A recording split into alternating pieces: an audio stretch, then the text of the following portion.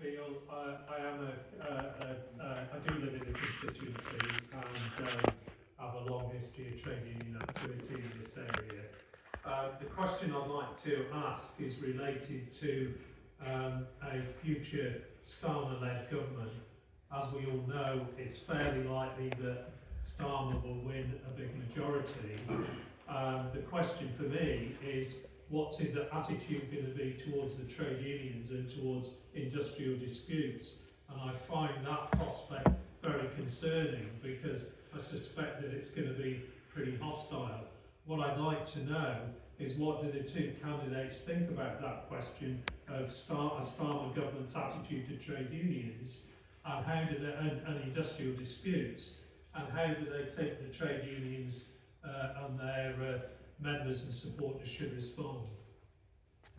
Well, that hostility is driven by the economic position that they've taken.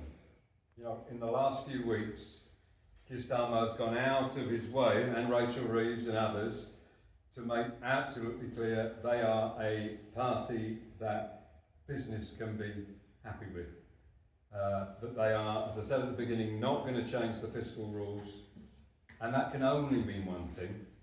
That can only mean, on the basis of a British economy which is not going to grow substantially, it will have to mean a return to cuts. And that automatically means whether those are MPs who want to have a battle with trade unions or not, that will inevitably mean a battle, because all of the things we've been talking about are not going to be delivered on. There will be attacks on pay. There will be further attacks on jobs and further attacks on services. So the trade unions absolutely, as we have under this government, has got to have a responsibility to fight. And I think what we've got to do as trade unionists, and what I would want to do as a trade union-backed MP, is to say absolutely clear to the trade union leaders, you cannot operate on a different basis because this is a Labour government, and therefore back off on the basis that this is Labour, they're meant to be on our side, let's give them time, let's give them time.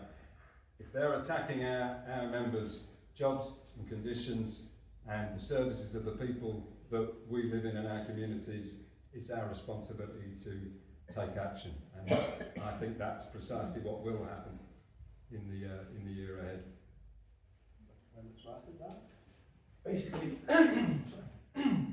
Basically, Labour has become Tory-like. It's basically a continuation of what when Margaret Thatcher said her biggest achievement was Tony Blair. That was when Labour started to move to the right. It's continued. There was hope when Corbyn came in. We thought he might bring us back to the left, but unfortunately, forcing worked against to basically smear him. And Keir Starmer's basically reneged on pretty much all these promises when he became leader. He's basically reneged on every single one of them.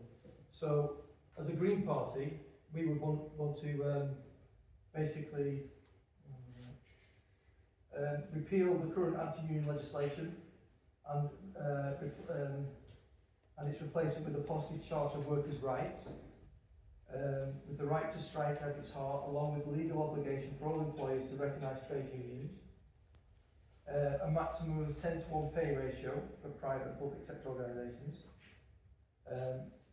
increase the minimum wage to £15 an hour, no matter what age, with costs to small businesses offset by reducing their national insurance payments.